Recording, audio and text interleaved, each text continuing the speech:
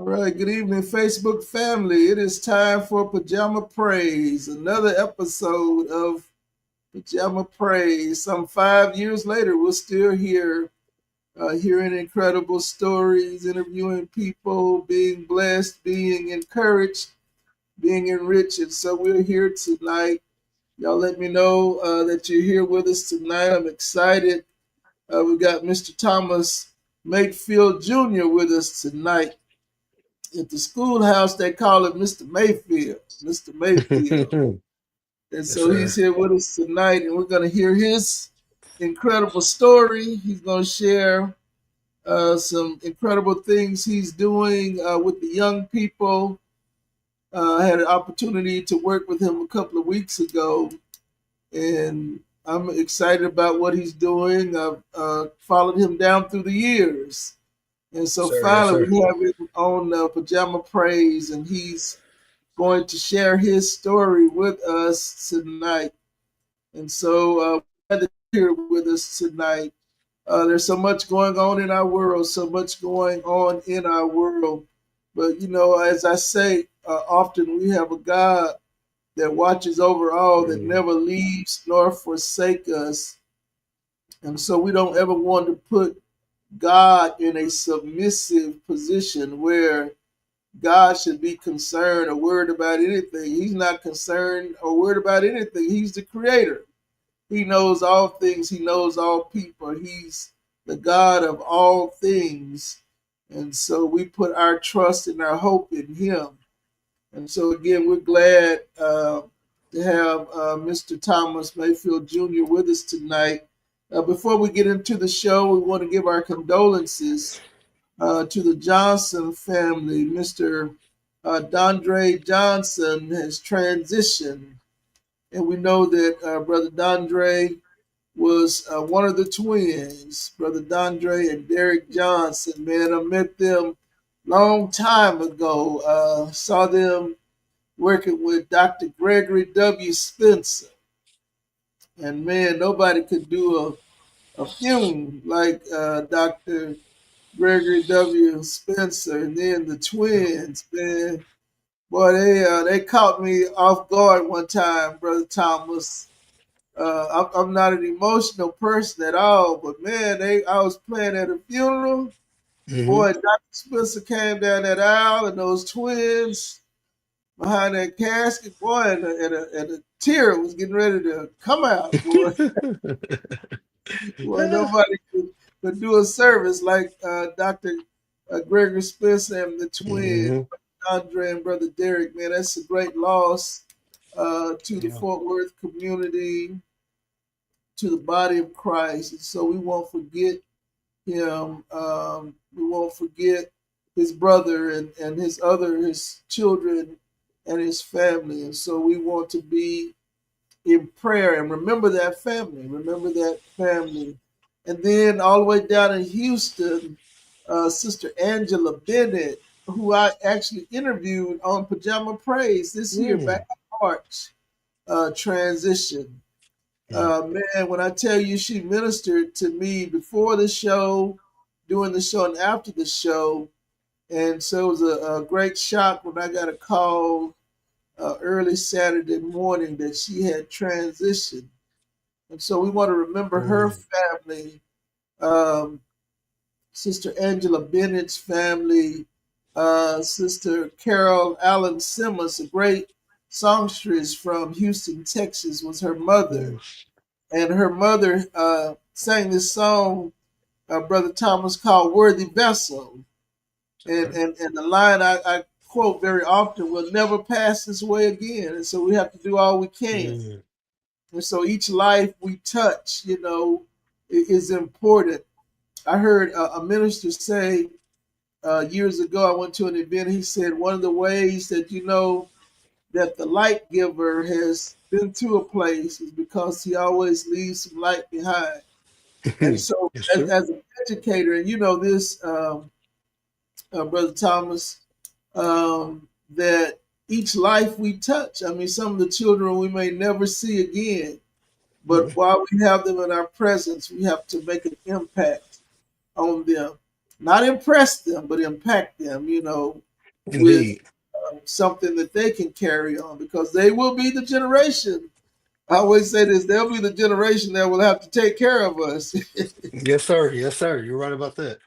And so we want to remember Sister Angela Bennett, the Houston Gospel Music Family, Southeast Inspirational Choir, Windsor Village uh, uh, Church there in Houston, all that were impacted and affected by the transition of Sister Angela Bennett. And then I have a couple of announcements coming up in the month of October. Pastor Milton Pace, lead pastor Tiffany Pace, and the Saintsville church family, they're going to have a month-long revival each Sunday night at 7 o'clock.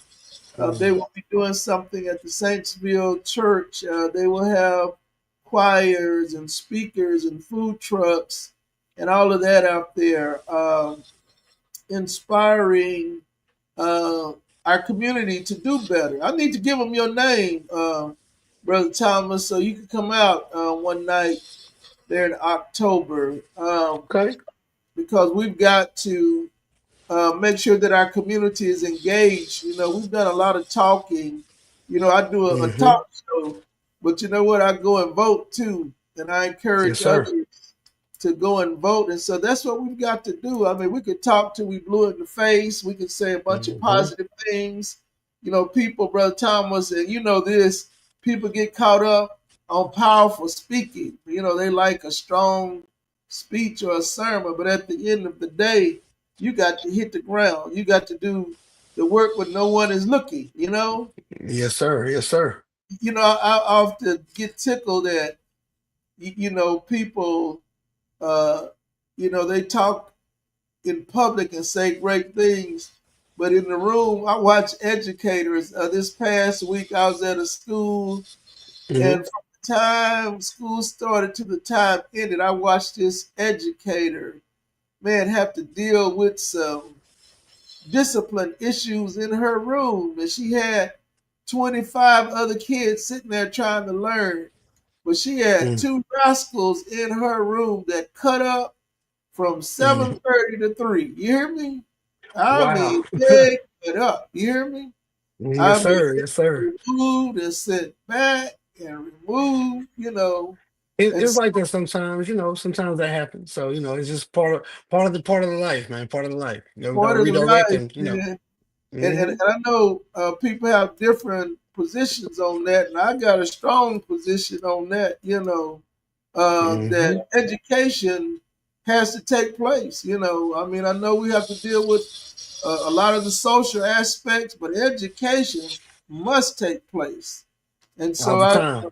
marvel at the educators that go through and give of themselves each day, each week in the school district. And so again, Pastor Pace, uh, Pastor Melody Pace, and the Saintsville Church in the month of October, they will be having these community events to encourage the community, uplift the community.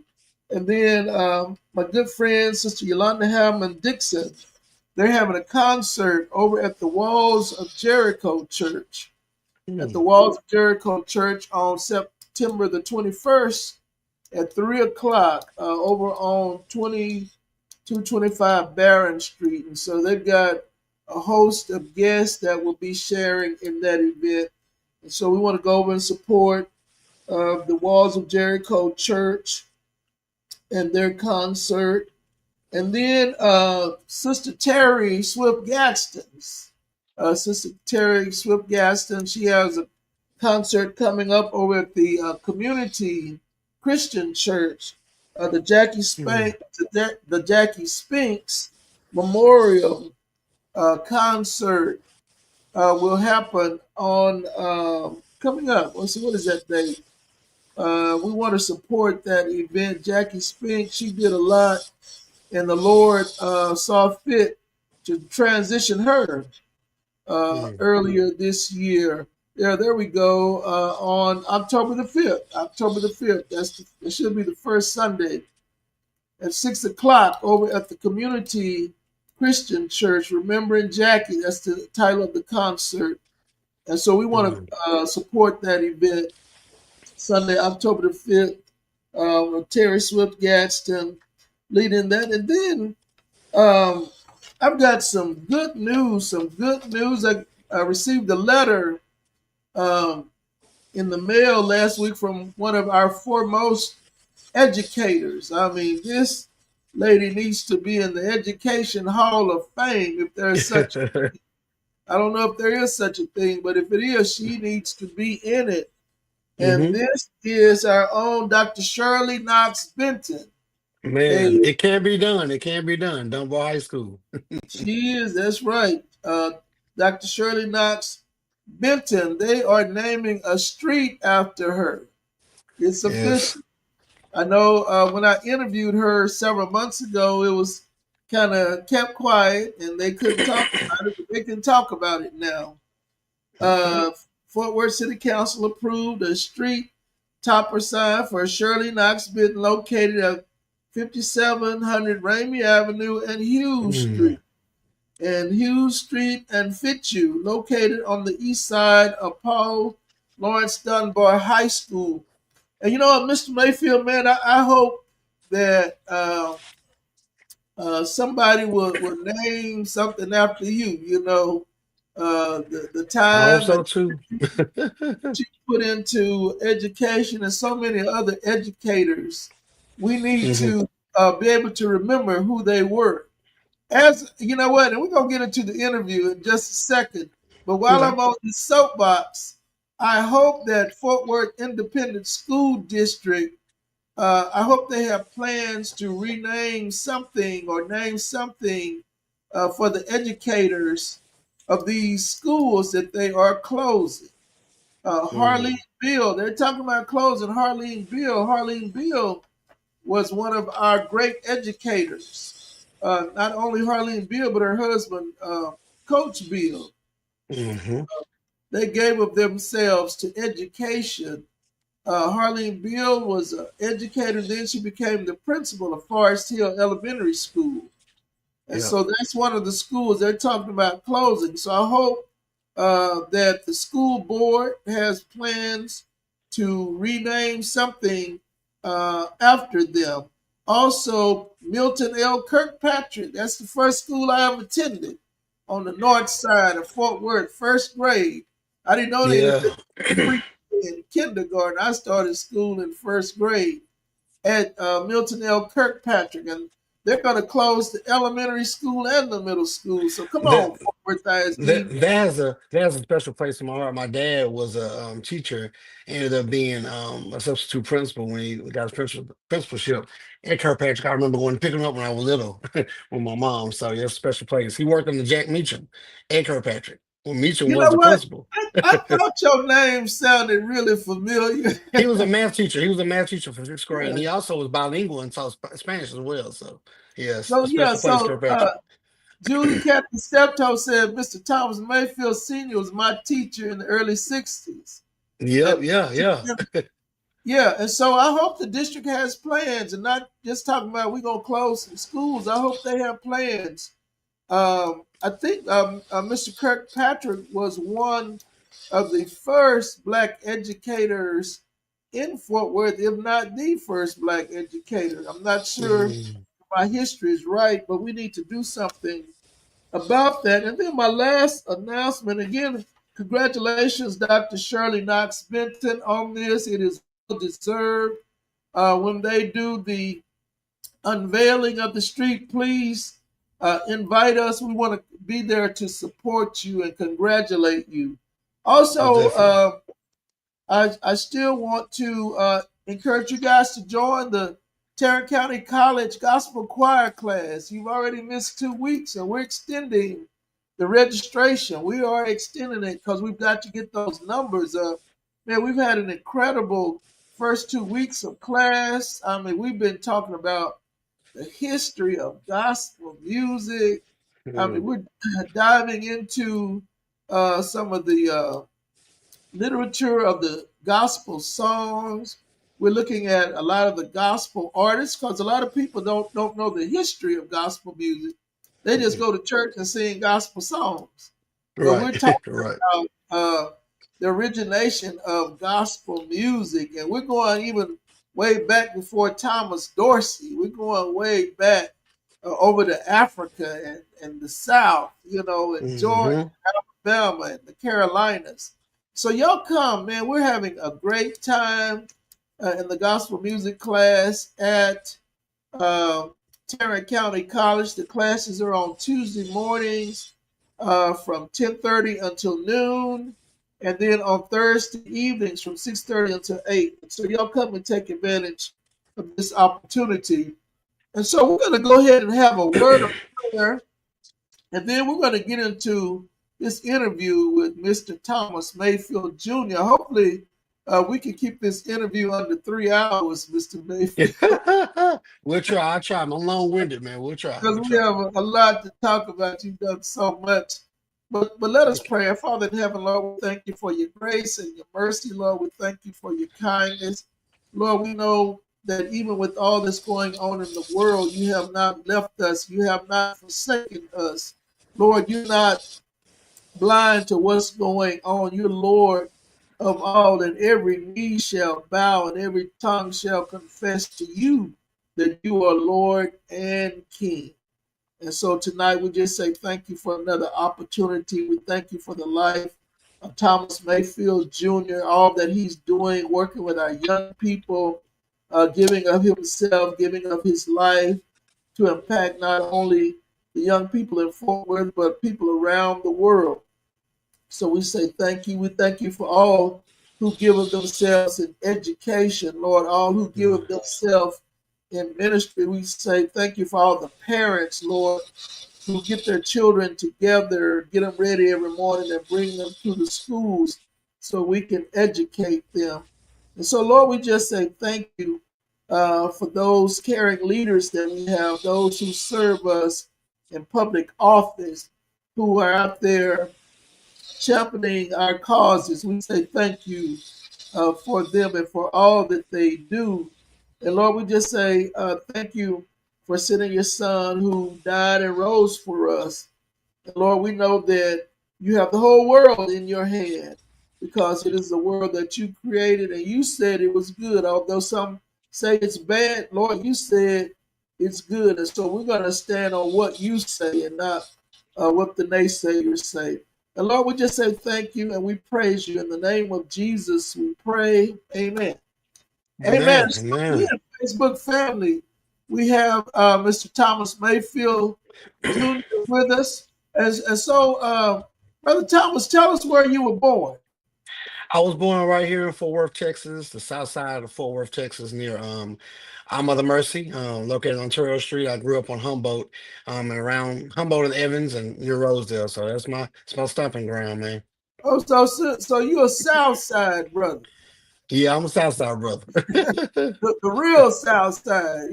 Yes, the real south side. Yes, That's sir. Yes, that's the sir. real South Side. And so if you live Hmm. in between Annie and Humboldt, all the way Yes. over to Berry, that little Hmm. circle there, Berry, Riverside, all the way over to Humboldt and Annie, back up to Hmm. yeah, that's the South Side. Tennessee, Luda, See, yeah, Basic Can, yeah, all of them. Yeah. yeah, that's the South Side. And so you Hmm. grew up on the South Side. And so, what was Hmm. it like growing up in your community? It was nice, man. It was an older community, obviously. My parents, had me late in life, so I grew up with older parents. My sisters were there at the home for a while, and they moved out, got married, a little bit older than me.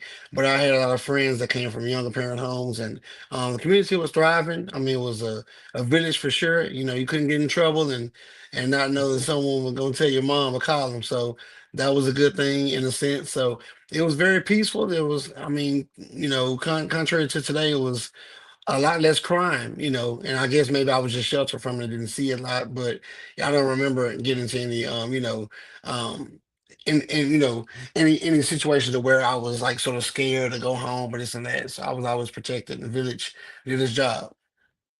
Yeah, and so yeah, that was the way it was back then. I Hmm. shared with some educators last week, and man, you know, I'm older, and it is what it is, man. But I came up in a time when teachers didn't send nobody to no office, man. The teachers Hmm. took care of they correct the students right there in the room because a lot Yeah, of them we. had boards in the room. You know, I wasn't no send nobody to no office. They pull the board out and take care of it right there, and you sat down and got down to business. You know? Well, nowadays we can't do that. But yeah, I Yeah, do I understand. know. My father talked about that a lot growing up Oh, with yeah, him, about corporal punishment, this and that, and so. yeah. But today we use different strategies and tactics to redirect the kids and put them on track for being successful and being positive for sure. Yeah, I know y'all got this new education, and I don't know that it's working. You know, it how I say it seems good, it sounds good, Hmm. but you know what? I'm in and out of the schools, and I go to a lot of them, and so I listen, man. I have a perspective. Trust me, uh, Hmm. and I think one of the things is, and you work in elementary school, a lot of things can be dealt with in elementary school. You know, you have to get them early and deal with discipline early so they Yes. will know what the expectations are. And you know this, Hmm. so there are not a lot of African American males in the schools. Not at all. Not at all. Not Especially elementary school. More so secondary, like middle and high school, but definitely not in elementary school. No, sir. And you know what, man? I know we kind of jumping ahead the gun, but you know what? My children, from the time they ever started to school, I always went to their schools, Hmm. and you know, I don't know.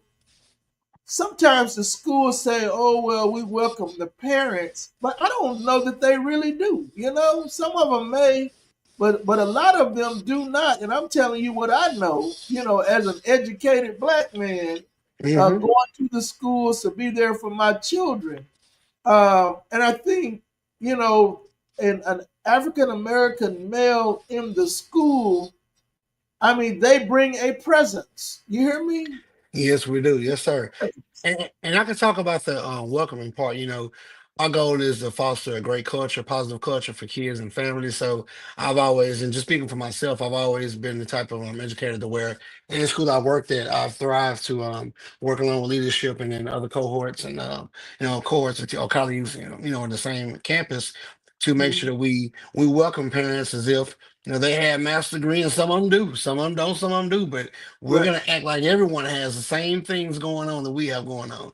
So I don't like to generalize or do any type of stereotyping. I like to welcome everybody in on the same accord because without our parents, we really wouldn't be able to reach these kids for sure. I was at a school a couple of weeks ago, and so three ladies walked in the room. Hmm. So I knew that one of the ladies was a tutor, and I asked the other lady, I said, "Who are you?" She said, "I'm a volunteer." I was like, "Wow." And then there was another lady, I asked her, I said, and I said, "What do you do?" I think I said, "What do you teach?" She pointed at the little boy.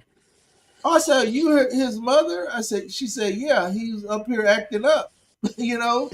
And so Yeah, I came and it sat in happens. the room with him. I was, you know what, man, I was impressed with that. I was like, wow, Yeah, because I had it's not so. seen that before, you know? Yeah, it's always good to have parents involved. We're starting in my campus sometime soon. Actually, a couple of weeks from now, we're gonna have our first All Pro Dads meeting, and also it's a mentorship program I started called Proof, which stands for Powerful, Respectful, Optimistic, Outstanding, and Fearless. So showing that Right. you are the proof, and the proof of the pudding for those types of instances that you might go through in life. And so we're starting that just through second through fifth grade students that we identify that might need a little bit more confidence, leadership skills, and so forth. So that's a good thing. The All Pro Dads is an awesome initiative started by Parent Partnerships Program, a department here in 405D, and they're doing an excellent job. Shout out to Mr. Cohen and Mr. Brian Johnson doing their thing, and Mr. Nobia Hood so for bringing that about. It's really good to see not just both parents, but especially our dads. Like you said, that male presence in schools to where we don't really have a lot of males is paramount. Right, right. And what was I going to say? So that volunteer piece, yeah, that's what I was going to say. That volunteer piece, Mr. Mayfield, we have a lot of retired educators and Hmm. people. Like you said, some people don't have a degree, but and some of them are smarter than people with degrees. Yes, Because sir. they have that intuition, they have that ability, they have Hmm. that intellect to educate. They can teach, and they're not certified and all of that. And so I would encourage the community to go and volunteer, even if you can just go a little while during the week and, pull work with a small group, help them with their reading skills, Hmm. help them with their reading skills. If they're advanced in math as you are, they can help the students with their math, or whatever. And Hmm. so back to you. So what schools did you attend growing up? Um, a couple. So I started off, I was in private school. I went to ECLC with Dr. Mullins, located Okay, over on Riverside and campus. Then I went to Fort Worth Academy. I had 1 year there in private school, and then was to public school from then on out. I was started fourth grade in public school at the Van Zandt Gwynn Elementary, where I'm currently okay, employed. When it was underground. And right, then after there, I went to Morningside because I got into the magnet program and stayed in the magnet okay. program for maybe 2 years or so. Then back to regular program school. So, and I'm a product of Dunbar High School. I be a Wildcat who be you. So I was there 4 years with Miss Benton, Shirley Knox Benton, and it can't be done. Okay. I graduated in '98. So proud Dunbar alumni. All right. That's her motto. It can be done, and We she heard it did all the it, time. man. Every day. Every day we heard it. Yeah, we know. Every day.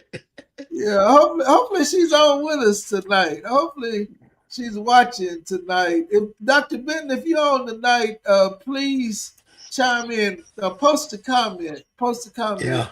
Dr. Benton. If Dr. Gwen Morrison, if you're on, Hmm. and Dr. It's Benton is Morrison. not on, give Dr. Benton a call and tell her to log on to the show if you don't mind.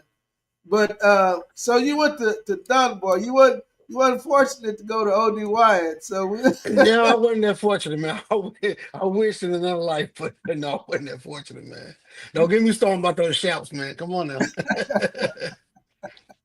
and so who were some of the influences in your life growing up?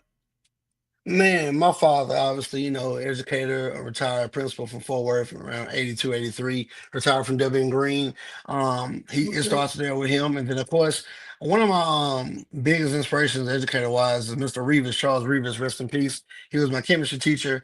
A lot of chemistry, students went through Mr. Reeves. And he died shortly after I graduated in '98. I was in college at that time. But his funeral was so packed, man. He was just real, man. It wasn't one of our textbooks. It was a lot of life, but it was chemistry. We were, aligned to the standards that we had to learn, but it was really a lot of life coming out of his class, man. And we all appreciated Mr. Reeves for sure, man. He helped a lot of kids grow socially and then also academically as well. So he was a big inspiration. And just my overall family, man. I have two sisters that I look up to, and then my mother, of course. My father was Greek. As far as I am Greek, I'm a member of Alpha Phi Alpha Fraternity Incorporated. My dad was a Q, so he didn't hold it against me. But looking up to them and getting that exposure, I think that's the biggest thing that kids are lacking in school. Educators have to be willing to step out to be, they have to be comfortable with being uncomfortable. So if it's something that you're not, familiar with, or it's not your wheelhouse, you got to get to where it's your wheelhouse. That's the work you got to put in. So I think just setting a platform for kids to get a medium to where they receive information and academics and instruction in a way that is meaningful to them is that's the most important part. But it does take time and experience to get to where you can do that on an effective level. One of the things you just mentioned is exposure. Mm. I think, and these are my opinions. I'm Mm. I'm 59. I started working in education back in 1988. Okay. And so I left education and worked in housing for 21 years. And then, back in education, you talked about exposure. I think that a lot of our children need exposure. I mean, uh, they get enough of sitting in the classroom, behind the four walls and looking up at the screen and listening Hmm. to the lecturers. But man, exposure uh, can make a huge difference with some people. And that's one of the things I'm grateful for growing up uh, at ODY. Man, I was a part of the choir. And so we traveled a lot. And so that Hmm. exposure was everything, because we got to meet people and go places and then connect that exposure, what we learned of people, to our education. So what it did, it brought relevance to Hmm. the education. I was looking on Facebook today, and you a math teacher, and Hmm. somebody put on there, I've been out of school 40 years or something to the effect. I may not be telling the story right. They say I've been out of school 40 years and I still haven't used a squared plus b squared equals c squared. The thing with me, I know it. I haven't used it either, man. Haven't used it either. But when we talk about exposure, man, you brought up relevance, so I'm like a guru when it comes to culturally relevant and practices, with instruction, because I pride myself on staying within policy and alignment for district standards and state standards, but at the same time making sure I reach my kids. So the work comes in with today's educational society, if you will, where you have to put in the work and just take the time to figure out how do I connect these teaks or these standards about adding fractions with different denominators where the kids will understand it and like what I'm teaching them, but it also doesn't lend itself to me getting off topic or misalignment of the standards the way that the state of Texas intends for it to be taught. So that's one of the things, man. Making sure that you understand your culture that you're teaching, and it can be various cultures. That's fine, Mhm. but making sure that you come to a place on the road to where, hey, I got to make sure that I talked about capacity one time in class, and Mhm. we started talking about Kool-Aid, because capacity is a standard. We got gallons, we got our quarts, and all Right, those kinds of things. But we're talking about things that we know our kids, the kids I was serving at the time, and it's different for everyone. But the kids I was serving, they resonated with that topic, and it went over just like that. But you have right, to put in the time and work to get to that point, though, for sure. right. So I told the joke about the Pythagorean theorem, Yeah. but let me say this, man. A couple of years ago, I put up a fence in my backyard, and so I was out there helping, and so we got on an incline. And so, Hmm. in order to make the fence flush across, we were gonna have to dig down and uh, put the fence in the ground. And you know what? I did remember. I remembered the right angle. You hear me? There you go. Yeah, 90 degrees, 90 degrees. The And I L, said, L wait a shaped. minute. I said, Yeah. we don't have to look. After I started digging, I said, wait a minute. We don't have to do this. I said, all we have to do is just cut the fence at an angle, and Hmm. that way we don't have to try to put it in the ground. That way it'll be on the ground, but it'll be even at the top. And I was joking with Yeah. one of the guys that was helping. I said, "Didn't you learn that in algebra and geometry?" He said, "No, I didn't." He said, "I dropped out of school." And so I was trying to be funny, but I'm the one that was kind of mocked because I didn't realize he had dropped out of school. But yet, those are things that we learn in school. You know. Right. But I will say nowadays, when we were growing up, we do what's called a circle time. We have restorative practices and that we use to get kids back on track. And a couple of years ago, it was really big where we had those check-ins. We still check in with kids nowadays too. But you know, back in the day, we growing up. If I told my teacher I wanted to be an influencer, a YouTuber, this and that, they probably laugh at me and call my father, my mom, and I get in trouble. But nowadays, it's not so far fetched, man. But I do tell all the kids that even though the occupations and the choices may have changed in today's society, you still have to know how to handle your money. You have to know how to read contracts. If you are an influencer, how you're going to read that sponsorship contract from whatever company that they want you to influence their product. So it's always going to be somewhere in your life where you have to tap into your instructional side and the academic side. So. So let me ask you this, Mr. Mhm. Mayfield. I know Texas has the teaks where all schools. Well, I know Fort Worth ISD, especially Mhm. where all schools are teaching, basically the same thing. Moving their classes along pretty much at the same time. Tell us, how does that work?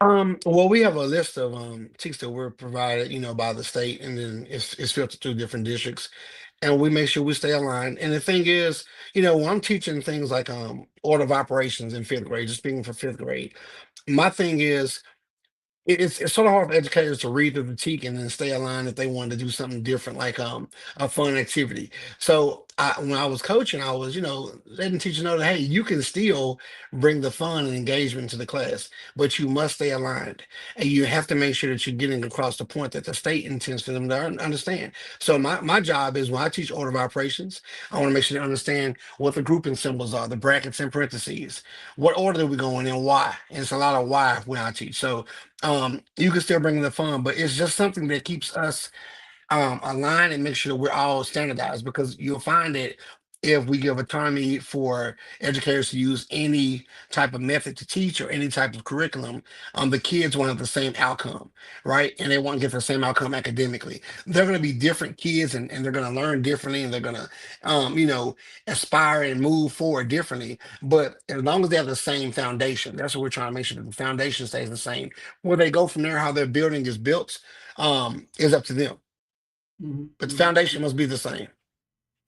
So I have a question. So how do the parents? Because I think one of the things that happens is the parents, y'all know what you're teaching.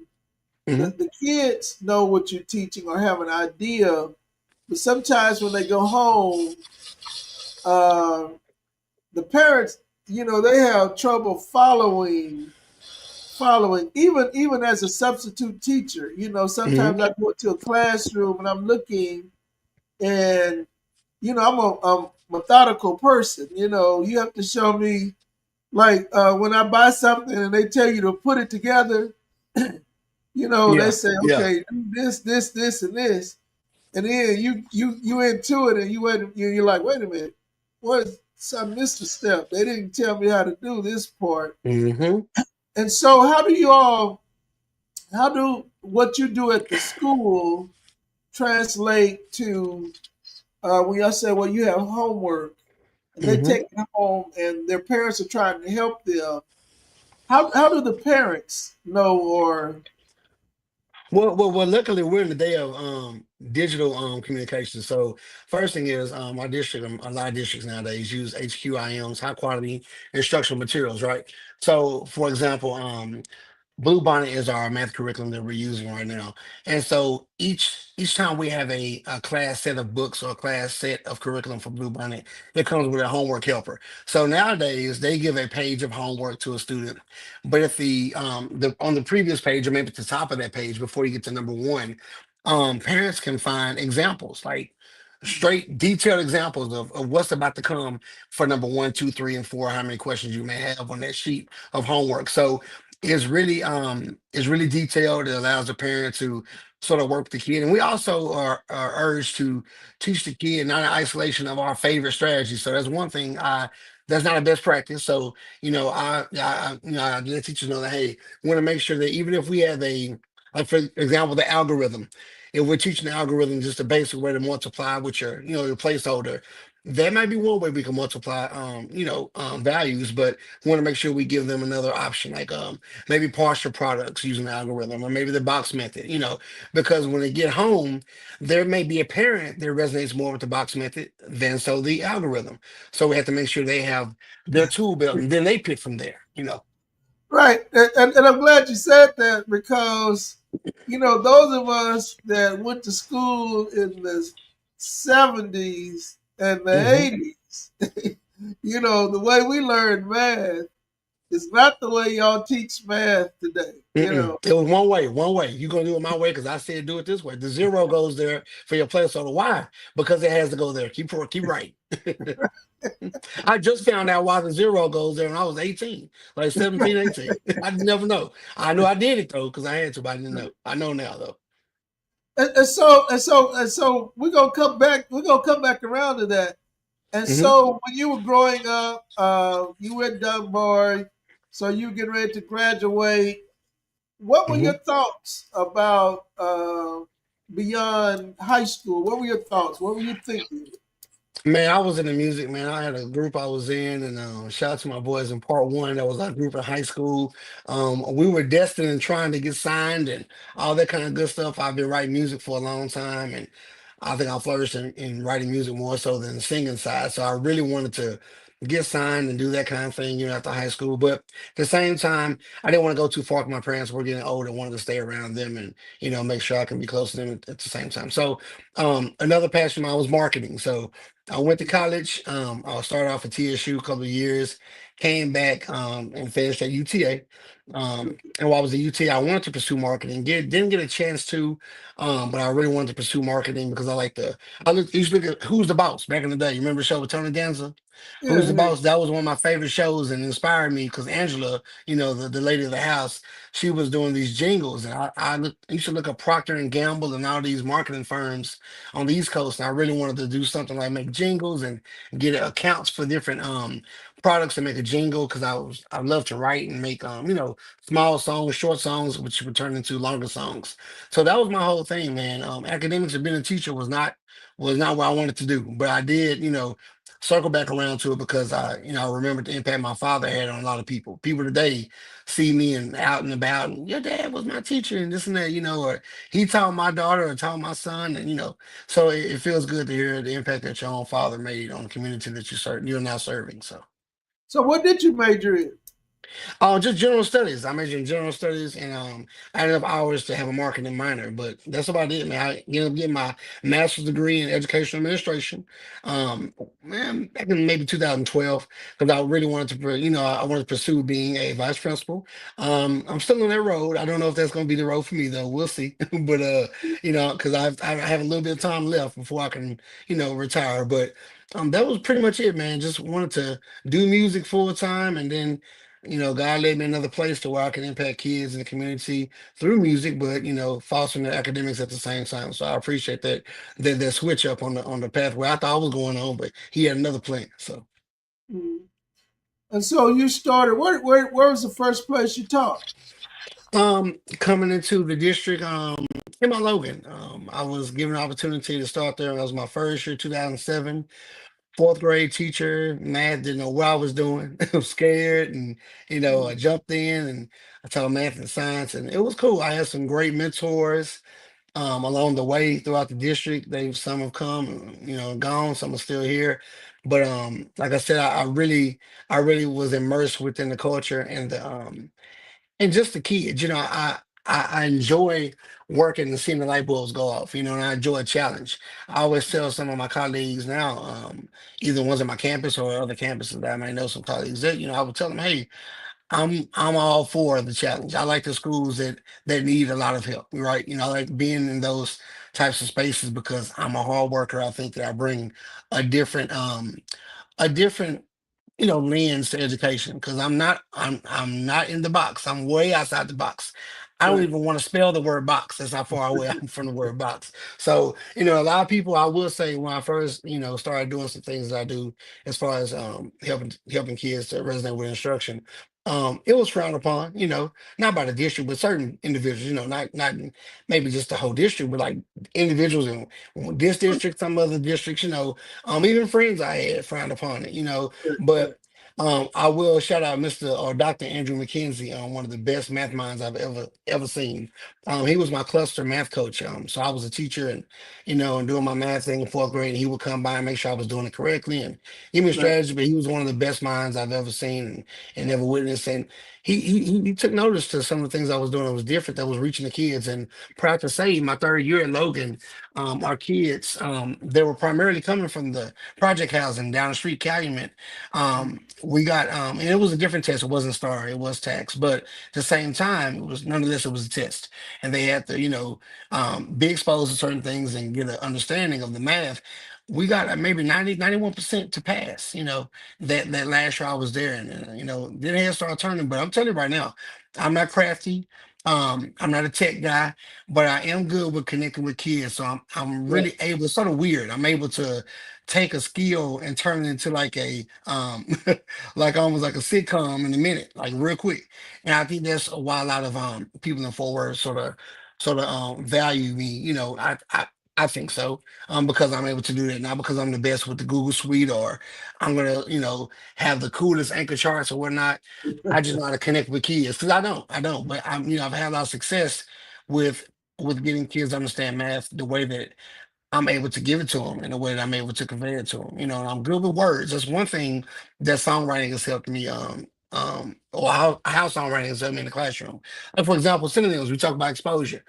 mhm, Kids and you know, kids nowadays they might see the word barracks on the test, and you know, mhm, like I know if you've been in the service or or armed forces, or you have someone close to you, a family member that's been in the armed forces, they might know what that word means. But you have to go into a classroom and with the kids you're serving, with the understanding that they may not know. So what are we right, gonna do on the back, the front end? Are we going we're going to prep on the front end? I need to find some synonyms or synonymous phrases that are gonna help these kids understand what this right, word means if they don't know what it means. I can't generalize and I don't know if they know it or not, but I have to be prepared. So as teachers, we have to be right, prepared for things that we might not see coming down the tunnel. You know.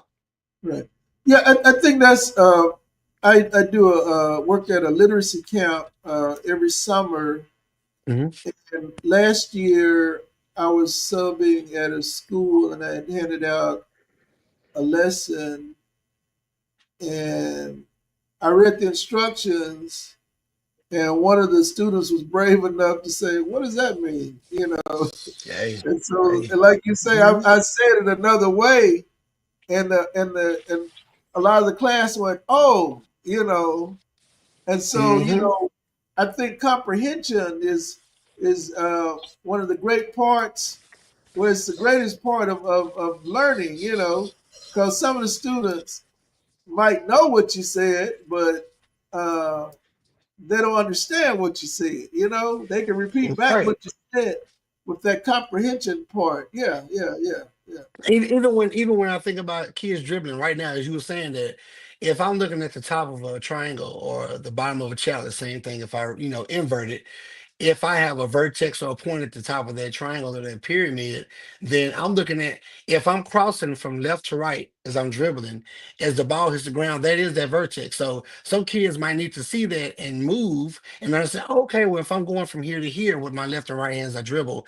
When the ball hits the ground, it creates an imaginary shape with a vertex, and the ball hitting the court is the vertex, the point. So that's how I like to teach. I like to bring in stuff like that. And I just thought about that when you said that. So I'm really really big on bringing real life situations into the classroom. I know that's a thing that we have to do, and we should be doing as a best practice for the state of Texas and for any state, in my opinion. But it is harder than it seems. So a lot of teachers may be uncomfortable with doing that, but you got to get comfortable. Got to get Well, comfortable.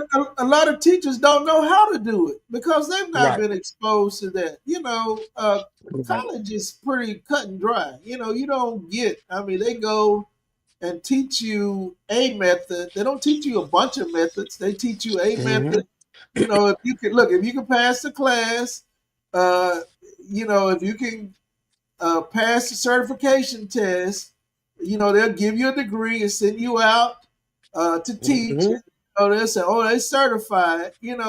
They may be certified, but a lot of them are not qualified because they cannot connect with the children, and they're not versatile enough to, as you say, explain it. If this explanation doesn't work, well, let's come in this door and let's explain it Right. this way. Hey, tell him what he's won. Door number five. I got 5, 6 doors every time I walk in the classroom. Because we just don't know. You're Right. right. And then another thing is, I love the way that the district has this HQIM, these high qualified instructional or high quality instructional materials that we use. Because what happens is they give you and they paint a picture for kids to have that tool belt. So they can look at that tool belt with, for instance, if you're learning math, maybe a number bond, a number line, a strip diagram, or the good old algorithm. You got 4 different ways to solve an addition problem or subtraction problem, or any other type of problem for that matter.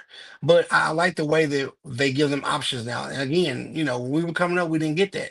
So if you were one, think about it. If you didn't understand the algorithm and how to put that little zero and placeholder, below that ones place when you multiplied, those 2 digit times 2 digit problems, you didn't know what to do. I mean, there wasn't another way that they were. I didn't get another way. I had to learn how to do it that way. So luckily, I found out what that zero meant. But if I didn't, then I wouldn't have a tool belt full of options. And I think that today, in today's classroom, we do give the kids options, or we're supposed to. That's the best practice for them to be successful. Well, and I think, even talking about literacy, you, you know, and I'll say this and I'll stand on this. Hmm. Having worked with literacy programs, a lot of kids in certain communities, they may be academically illiterate in some instances, but socially, they're not illiterate. Mm-mm. Mm-mm. And often we have to, as educators have to make that connection, because they Oh say, yeah. oh, the students, they can't read. Well, if they can sit down and hold a conversation with you about stuff that they probably shouldn't even know about, Yeah, there's I've been got to there. there's some literacy somewhere. Again, you have to help them translate that into the academic side so they can put the Hmm. book and read, although they may not be able to read some of the words. If you say the words to them, Hmm. often they'll know what the word is. They'll know what the word is. They may not be able to Right. read, and sometimes can't even spell it. Yeah, and another thing is the social side. So I had a student back when maybe the Leadership Academy started in Fort Worth. This was maybe 16, 15, 16, 2016. I had a student, man, very bright student, fourth grade student, and was GT, gifted and talented, coded, gifted and talented. But man, look here. He told me one time he said, Mr. Mayfield, and it's hard for him, it was hard for him in class to hold back knowing the right answer. He was too smart. So even though he knew it, was reluctant to raise his hand because he was scared. And I talked to him when I had lunch. I said, man, let me talk to you, man. So why don't you want to ask the question in class? You clearly got it, you're showing your work, you're doing everything wrong. I mean, doing everything right, you got your X's and O's filled in. He said, because in this neighborhood, I can't really go home being the guy that answers all the questions because I have to fight every day, and they hit home, man. I'm like, and it's real. Like there's a lot of kids that you wouldn't think know the things they know, but they may be just reluctant to say it to the teacher in a classroom setting because of what they have to handle or deal with outside those 4 walls, their protection or whatnot. And he was real with me, said, man, I often, have to encounter people that try to beat me up or talk about me, and it's sort of embarrassing. So that causes them not to, flourish in class. So as teachers, we have to, get to know your kids. I would have never known that if I hadn't taken the time to talk to them during my lunchtime. And we say the lunch is 30 minutes duty free. The administrators can't ask us to do anything, but we need to ask ourselves, can we spend this 30 minutes for a lifetime or not? It's up to you. So I'm gonna give them my lunch a couple of days to get to know some of these kids and see what their stories are like. And that's just the difference between me and a lot of other people. There's a lot of people that do that, but well, it needs to be more. I'm just gonna be honest with you. Because we Right, have to give somewhere. right. Mr. Mayfield, I tell you, one of the most educational times, and I'm speaking as an educator too, is sitting in a room listening to the students talk to each other. Mm, I powerful. mean, Yes. listen to what they're talking about. Some of it is how do they know this? Look, Hmm. why do they know this? Why do they want to know this? Hmm. But just sitting there listening to them engage with each other, to talk, it gives you a perspective of who the children are, what they're interested in, Hmm. what they should be interested in, and how to approach them. Because I've done quite a few lessons based off of what I heard them say.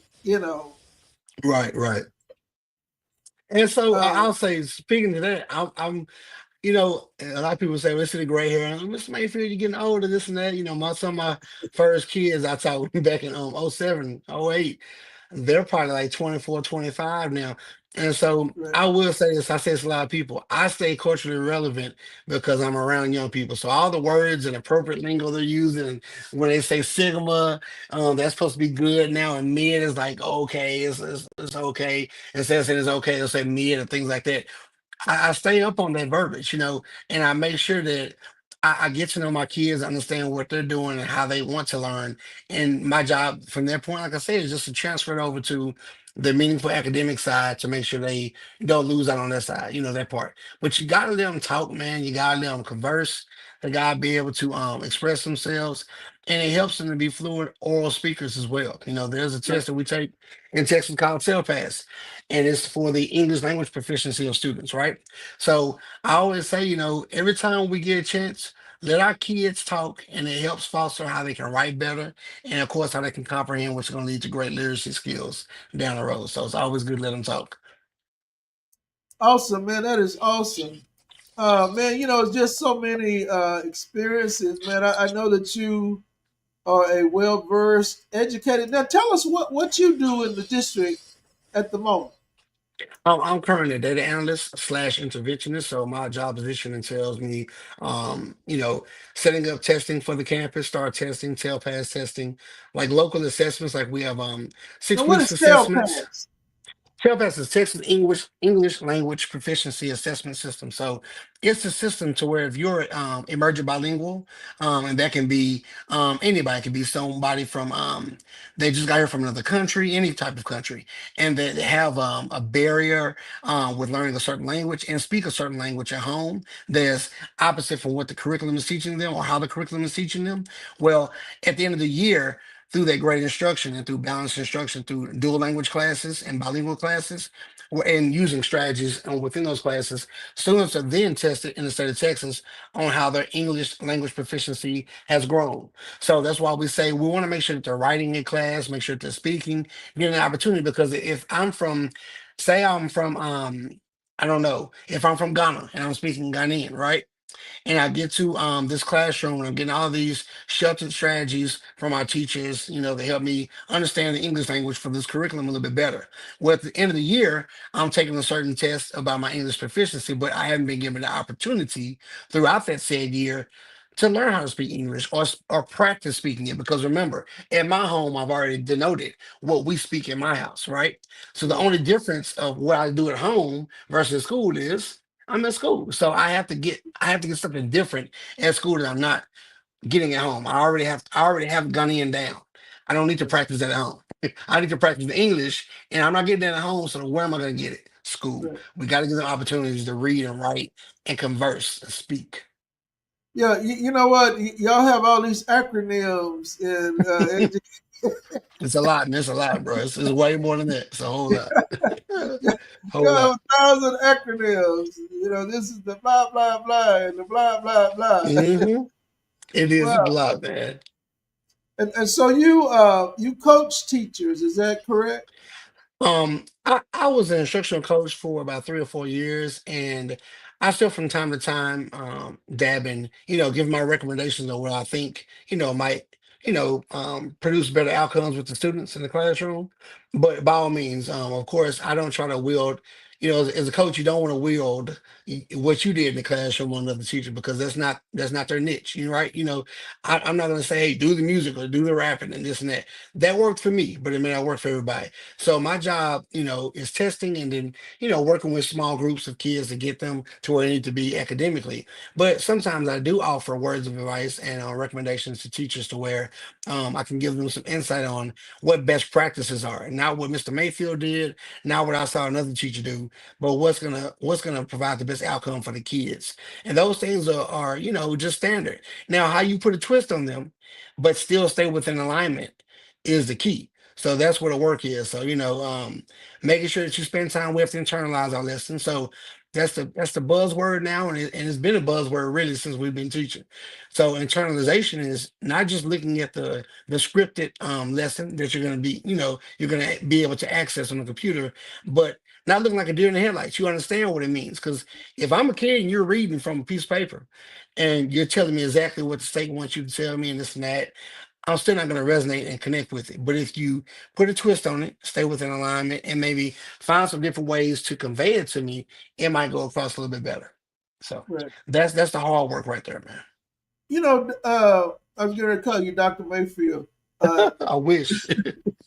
Mr. Mayfield, I think, I have all these perspectives, and Mhm.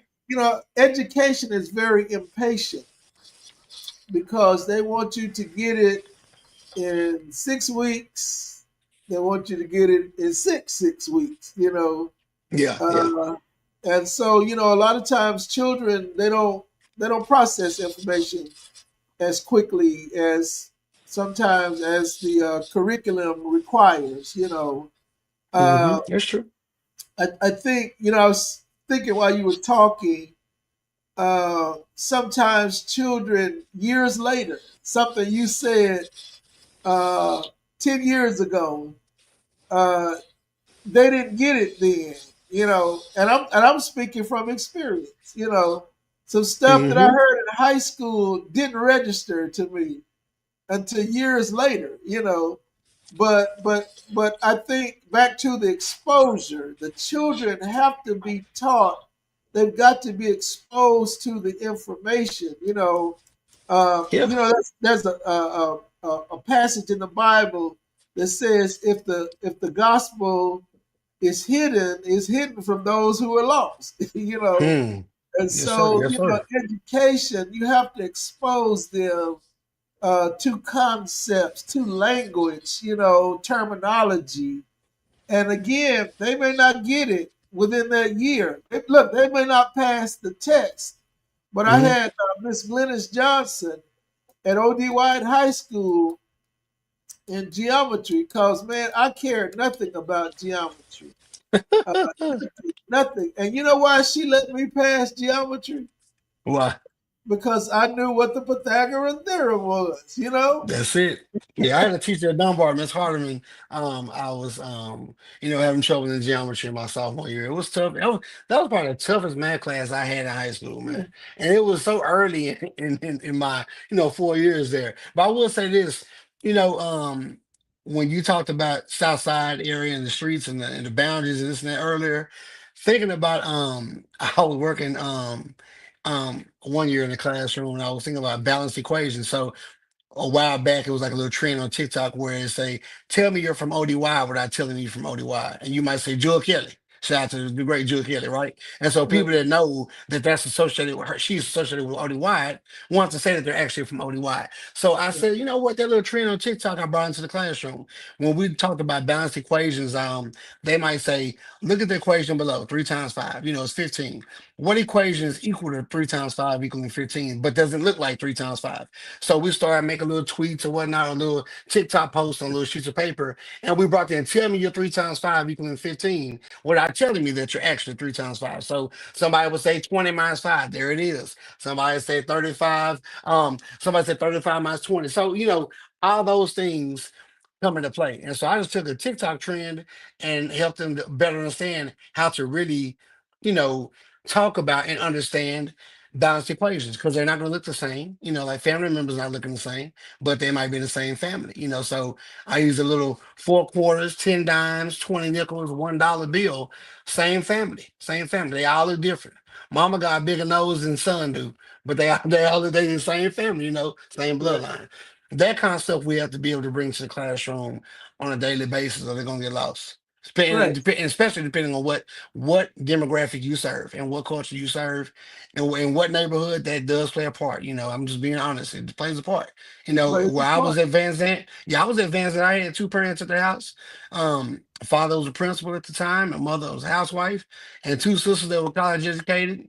But I had a lot of friends that went into their homes that had none of that, Right, and it right. was different, man. And I have some friends now that we talk. They'll say, man, we had these sleepovers, this and that, man.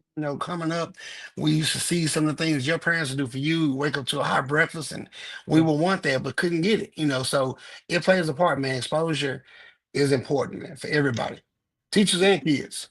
Even Mr. Mayfield, like the literacy program I do in the Hmm. summers. So working with the kids and reading and comprehension and helping them with phonics, Hmm. uh, the children that come from families that speak what we would call proper grammar, you know, they tend to fare better with the reading, Yeah, because they are reading words that they're already familiar with, and that's Uh, exposure. It's exposure to, and I'll say this: some kids that may not be exposed to quote unquote good grammar or the best grammar, they still have an opportunity. It's just that we have to approach them from a different angle. Not to yeah. lessen or cheapen the academic experience for learning the proper way to say certain words and how to punctuate sentences, but we have to just approach it from a different angle. And that's just what it is. We cannot look at them as being, okay, well, hey, I don't know what's going on at the house. They're probably not reading these books. And I'm be honest with you, a lot of educators not helping their kids at night either. Sometimes we get tired too, man. I mean, I'm being honest. I tell a lot of teachers nowadays, hey, we gotta welcome everybody into our home. I mean, into our school, as if they, are doing the best thing they can for their kids because you don't know unless you live there with them. So I've heard so many, oh well, they're probably not, reading at home because the mom or dad or whoever's there is not there a lot. Well, how many times have you stayed at the house with the family? The answer Right. is zero. So you Yeah. don't really know. So You there's a don't really refrain know. from that. You don't know. You don't know what's going on in my house either. So it's the same thing. So I tell all the educators I work with, hey man, we got to come in. We can't worry about what's going on and not going on at the house. We got to make sure we control what's in these four walls and these hallways and cafeterias and gyms and whatnot.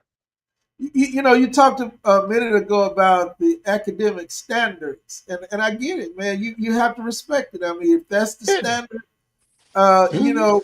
in my doctoral program, they required us to write in APA. You hear me? Yeah. Oh Everything yeah. had to be, doctoral work is precision work. I Like thought we were surgery. doing Surgery. something. Look, I thought we were doing something in the master's program. That master's program wasn't nothing. When you get to the Mm-mm. doctoral, it's precision work. And in the master's program, we had to write an APA. But at the doctoral level, we really had to write APA. I told Mm-hmm. my class last week at TCC, I said, I'm not going to ever write an APA again. Because everything, I mean, and they checked it to the iota, I mean, Oh all the way yeah. down. But that was the standard, and you have to respect the standard, Mm-hmm.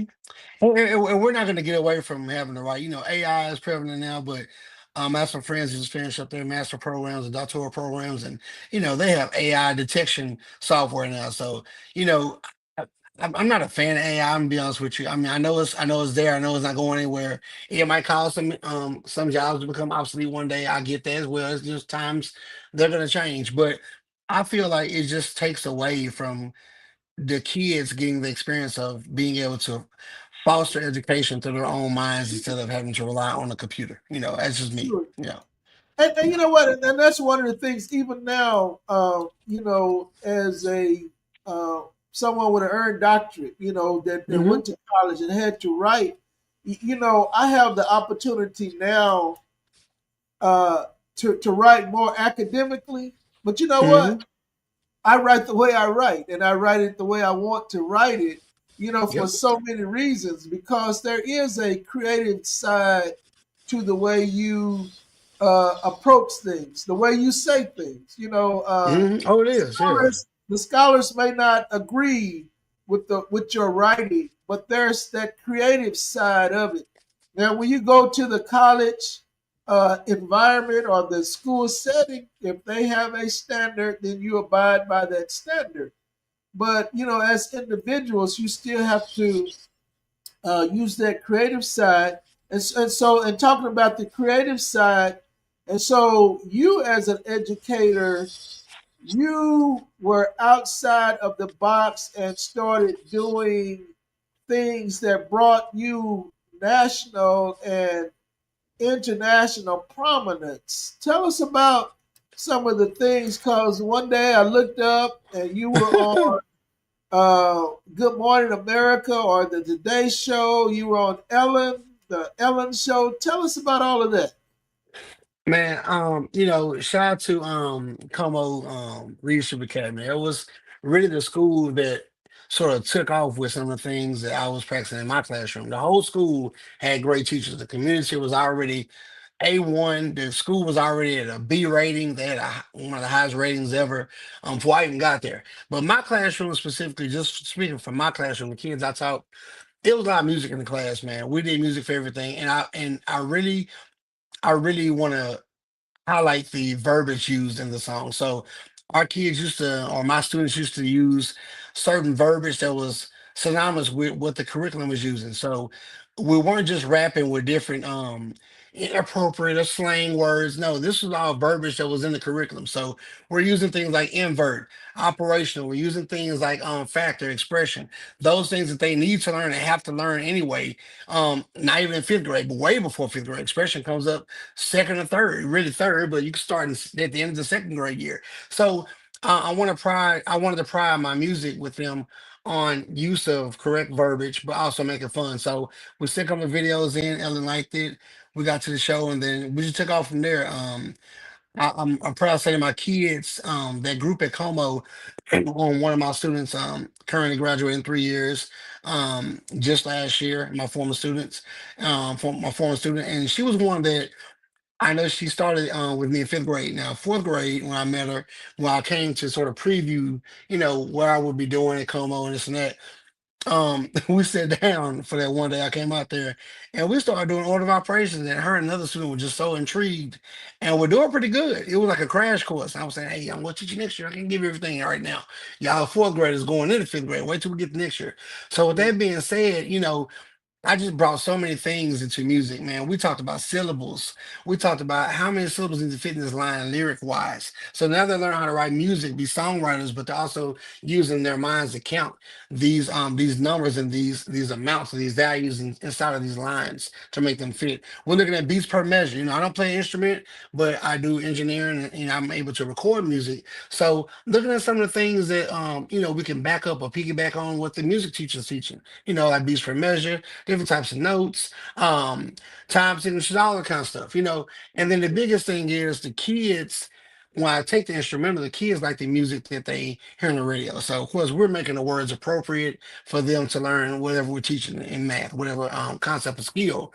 But just the emergence of hearing that song, like it's a Drake song, or it's a Chris Brown song, whatever it may be, just puts them in a space, and I go from there with, hey, we have to make sure the words are good and make sure they're meaningful. And most of the times, my kids, that particular year as well, especially they would co-write with me a lot of those songs, and we would sit back and talk about why. Now, I'm big on let's do the song, let's sound great and this and that, but let's talk about why do you think I wrote that in this particular line?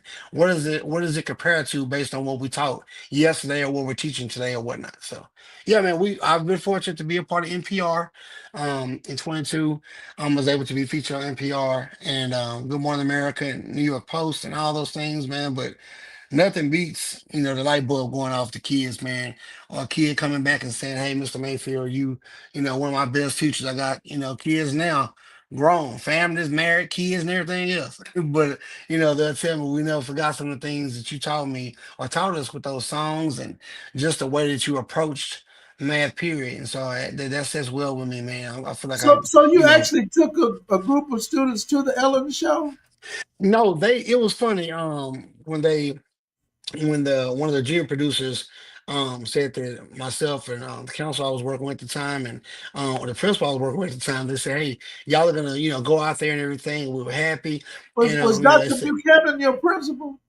she was after that year. So when I Okay, left Como, she came after Dr. Rhines left. But Dr. okay, Rhines and Miss McGee, Tamika McGee, they were both in the show with me. But the thing is, they sent a crew out there while we were in the air going to LA, and the kids were asked to be in a remote place in the school for a period of time. It was clear by the principal, and they had to get questions, and no one could know what the questions were about.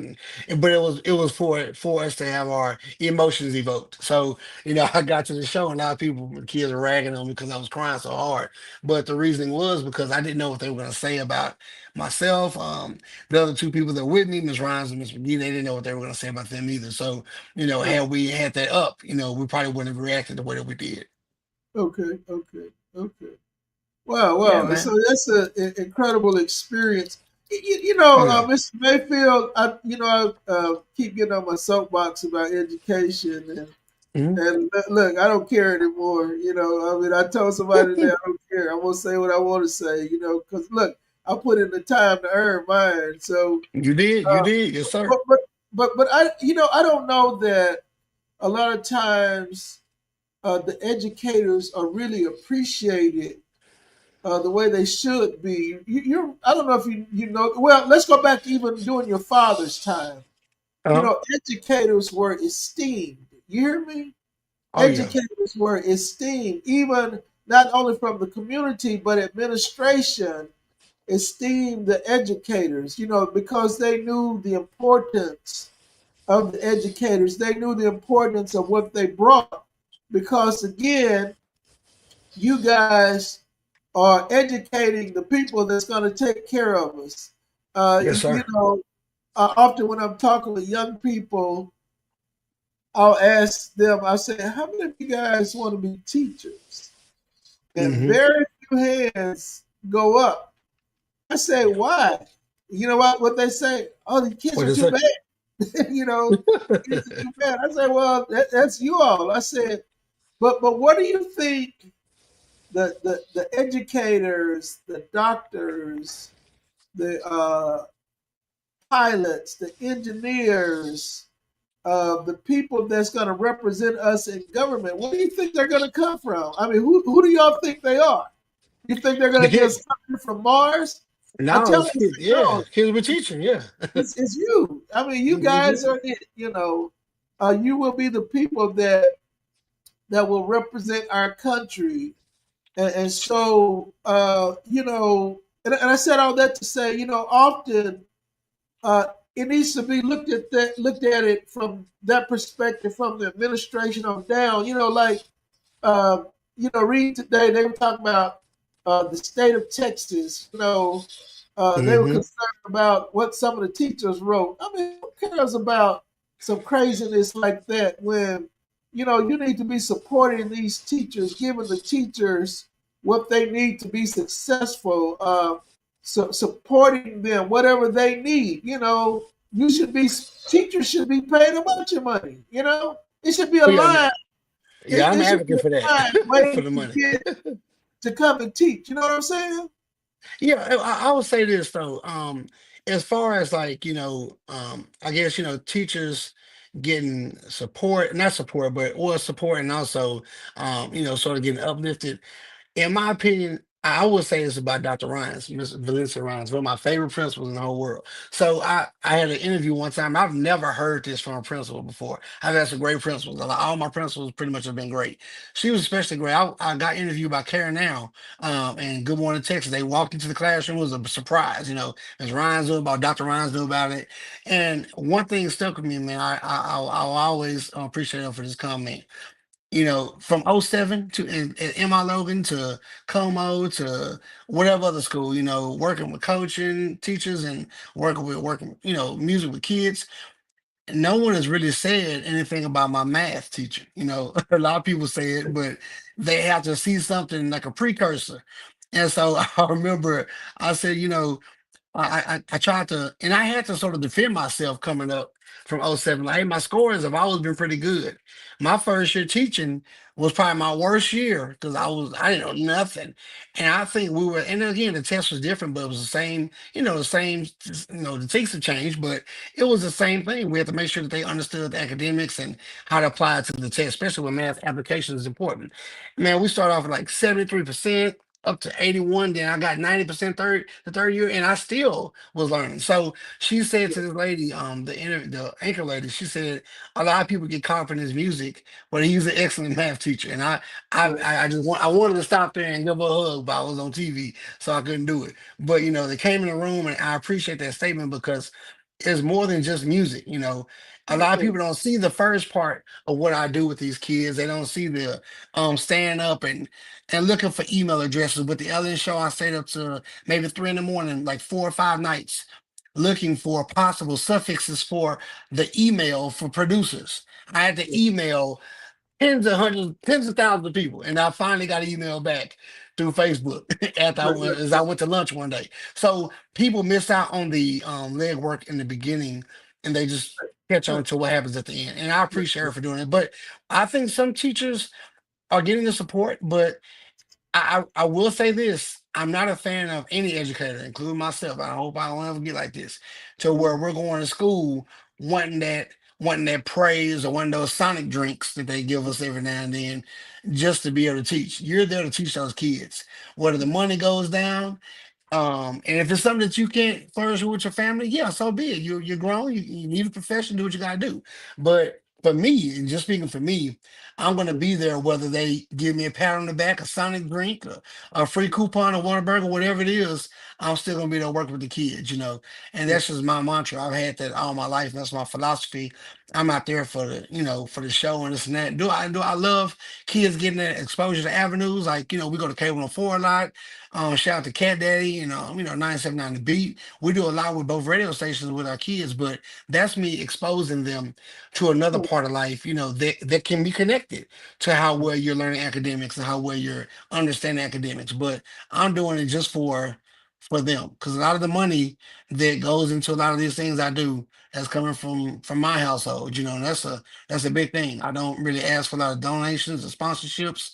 A lot of the times I'm trying to cut corners and do things out of my own household money. So, but I look back and say, hey, you may not be able to make ends meet this time or this and that, but at the end of the day, when you got kids, seeing you out and about and they're saying how you helped them to grow academically and it made a big difference in their life, it's all worth it. Right.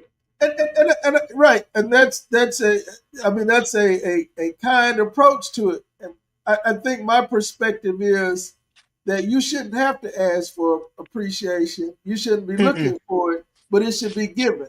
I mean, it Yeah, should oh be yeah, given. that's true. As Yeah. as leaders have to take the responsibility to say thank you, and not only say Hmm. it, but as much as you can show it. I mean, I agree with that.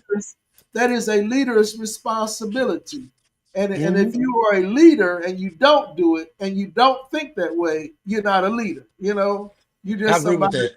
you're just somebody in charge.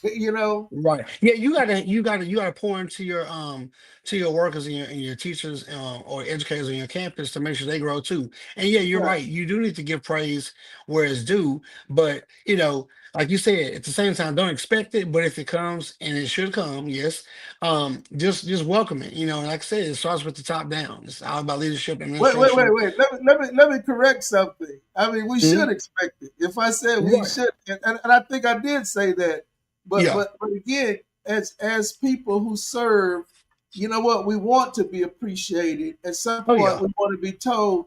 Um, I was reading one of the books. I read so many leadership books. I mean, just so many. Uh, my doctorate is in educational leadership, and Hmm. one of the things that stuck out, and it was just a simple phrase in one of the books I read on leadership. It says the greatest thing that a leader can tell their team is thank you. And That's it. some people don't even do that. They don't even take the initiative to do that. As educators, it's funny, when I sub at the different schools, I get to see so many different things. Some of the educators run in, they're late, they're trying to get to the class to teach. Some Hmm. people live a long ways. I mean, they don't drive around the corner to the school. They Right. drive in from. I work with one teacher that lived in Hillsboro. Ooh. Teachers that live Uh, in Waxahachie, teachers that live on the other side of Dallas, hmm. people that drive in, and can they find a job closer? I'm sure they could, but for whatever reason, they give of themselves to work with the children. And sometimes that thank you, man, can go a long ways. Yeah, I agree, man. Like I said, I think that and speaking for me, I work for principals that have always been able to, be selfless and say, "Hey, thank you for your dedication to the kids, even when it wasn't expected, or when you thought that it might not be coming, from that particular person." I've always worked for administrators and leadership personnel, as well as other colleagues. Colleagues that are lateral, they still give thanks to other colleagues and uplift them. So that's needed in the workplace. It's called culture. So a lot of Right. times, our culture and our building doesn't matter how much curriculum you got. You got the best principal that's taking these schools to the A rating, B rating, and above A or whatever you want to call it. If the culture is off kilter, none of that matters because you have to want to be there despite your opinions of whatever else is going on in the school, whether it be your administrator, your leadership team, your other colleague, your teammate, or the Right. kids' parents, or the neighborhood, or the pothole you gotta go over when you go into this parking lot. You gotta put all that in the back and get there for the kids and don't worry about anything else, worry about them, and then everything else will pan out. Right. Right. Man, listen, this has just been an incredible, incredible interview. It's almost Yeah, 10:30, man. We've been it is. talking. Look, I know you have to be at work in the morning, I do. but what are you doing? What are you currently doing other than teaching? I know you got a business or some businesses. Tell us about that. Well, I'm gonna try to start working with like some small production for like little short films coming up soon. It won't be until probably towards the end of the year, maybe after the first of the year. And I'm trying to incorporate some educational themes into my short films. I really want to dab into getting some funding where I can start making these short films with some quality directors of photography, some quality equipment, and I just like to write music and also like I said prose and also like different screenplays. Like that's what I want to dab into, and I want to incorporate our kids, right? Like not on the aspect of doing it privately but like in school, give them opportunity to be a part of I see schools with a gospel choir, I see schools with a theater program. Those things aren't sort of priority, and especially elementary schools, you got choir and middle and high. But what if we had a choir or a theatrical company, a resident company, something like that, in an elementary school where they can start learning how to be a true thespian? I'm into that. So my next step is to get a couple of CDs out. It's called She Likes Math Too, and also He Likes Math Too. And so we're using those different titles because I'm going to use like different popular male songs, male artist songs versus female artist songs. And I'm going to use some overarching concepts as the themes of those songs. So, for example, I don't want to isolate just songs and music that help academics for fifth grade math. I want to sort of foster and stretch out to like maybe second, third, fourth, and fifth. So things like place value, things that we all have to learn from K on up. Fractions, basic operations like multiplication, addition, subtraction. Using those overarching themes and those concepts to sort of put some music together, and the kids will be a part of that. And I'm also going to try to. I've been trying to get off the ground, but I want to do like a little tiny desk each month, to where I have some of my friends come in to do some musicianship, and the kids perform one of those songs live. It's all mathematically based or mathematical based, but it gives them opportunity to look at performance versus just learning academics, because timing and going to studio and doing having studio etiquette. You'd be surprised, some of the kids I worked with just last year at my old campus. It was so many kids that had so much raw talent, and no one's tapping into their talent. We're not Right. tapping into it in the classroom, but we're tapping into it at the times of where they're able to indulge in that school program or something like that, and it fosters a development of more skills that just might be hidden, right? And no one would Right. ever see. So making those CDs is next for me. Making sure that I get those done this year, and probably try and get a workbook together. I've been working on that for a while, but just some way that I can get the concepts to the kids in their language. Their way they can have better outcomes in the end. Right. Wow. Wow. Wow. Yeah, man. I hope you do it. Mhm. At some point in time, you and I are going to have to collaborate on something. Yes, I But, need you. I need you as on you something was for sure. as you were talking, I thought about it. For my literacy program, I've written several songs centered around literacy, reading literacy. And so I Hmm. tried them out this past summer at our summer reading literacy camp, and we actually performed them because one of the things I do at the end of the camp is I do a program. So we can Okay. Yeah. highlight some things we learned, and it was funny. So one of the songs, I mean, I just taught them the words, Hmm. but as they were singing the words, kids are very creative. They put choreography with it, something I Love had it. not thought about, and they Love they it. went ahead and put the choreography with it. And so, yeah, man, we need to at some point in time get together and collaborate. I'm very I'm gonna hold interested you to it. I'm in gonna doing. hold you to it. Uh, Yeah. Okay. I'm proud of what you're doing. I say this, man. Every time my friends go up, I go up. Yeah. Oh Because yeah. you know what, I support you guys. I know what you do is a part of academia. We Hmm. create scholars not only through reading and writing and arithmetic, but we create scholars by exposing them to opportunities. Uh, Diane Bigham Copeland is on watching this show. I see her here. Her Hmm. brother, Ronald Paul Bigham, mentored me when I was in high school. Mm. He showed me things as a young musician that I would not have known otherwise. And so it's about exposure, children or young people getting that mentoring. And so, man, I Yes. commend you. I applaud the work that you're doing. Keep doing it. If you go back to the Ellen show, I want to go with you. Well, Ellen, no, but She's whoever, not there.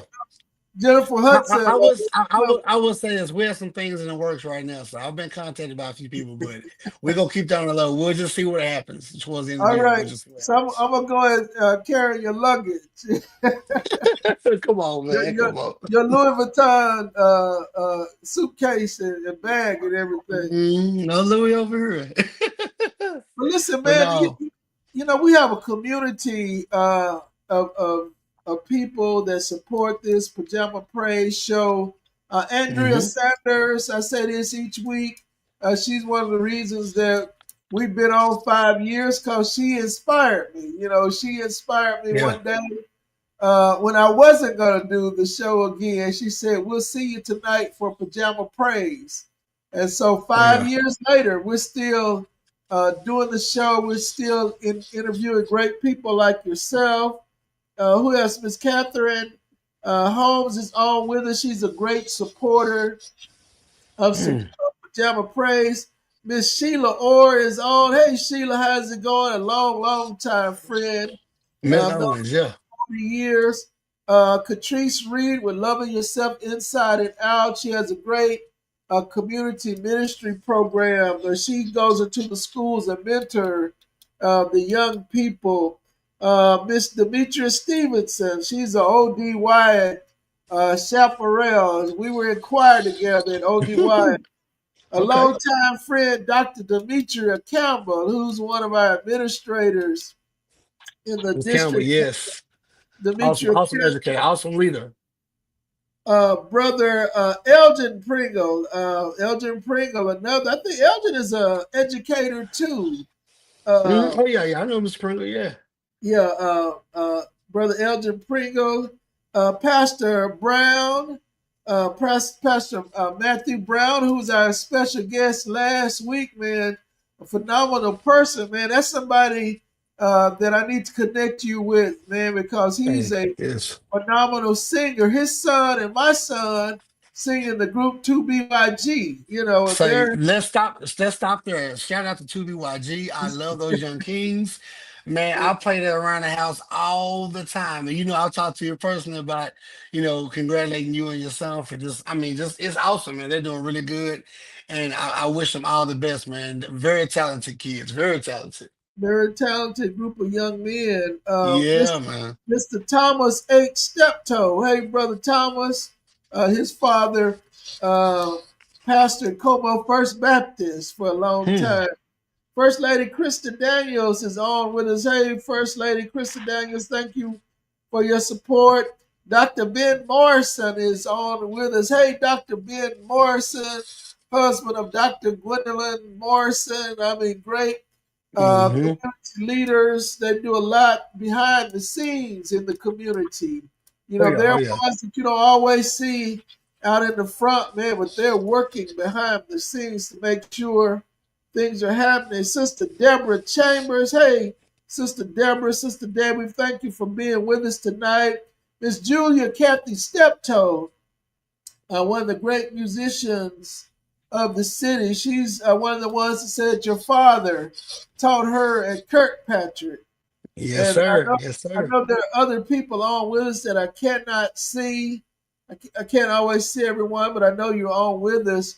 But thank you guys so much for being with us tonight to hear Mr. Thomas Mayfield Jr.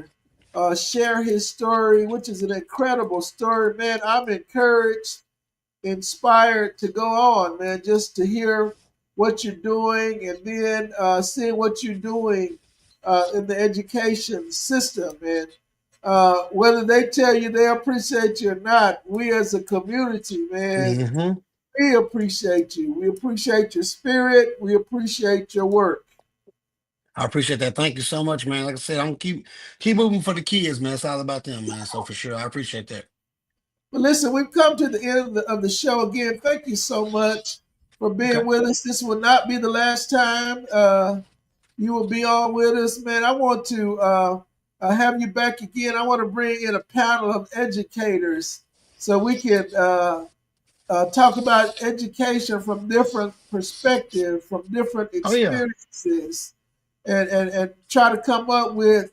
I was telling the class over at TCC last week. I say, Hmm. one of the things I learned uh, when you start researching, as much as you know, you find out there's so much that you don't know, Yes, and, yes, and that's so true. you have to narrow it down to what's probable, and what's possible, And Yes, so, sir.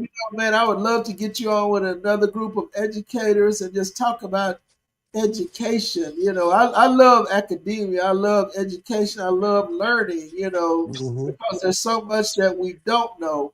But again, thank you so much, Mr. Mayfield. Yeah. Um, if you will, give us a closing thought and we're going to log off. So closing thought is, to all the people listening to Pajama Praise tonight and next week and we got the next, just make sure that you keep your goals in the forefront. Um, you know, Try to block out some of the negativity and I always stay positive. And that's what I live by. Stay positive.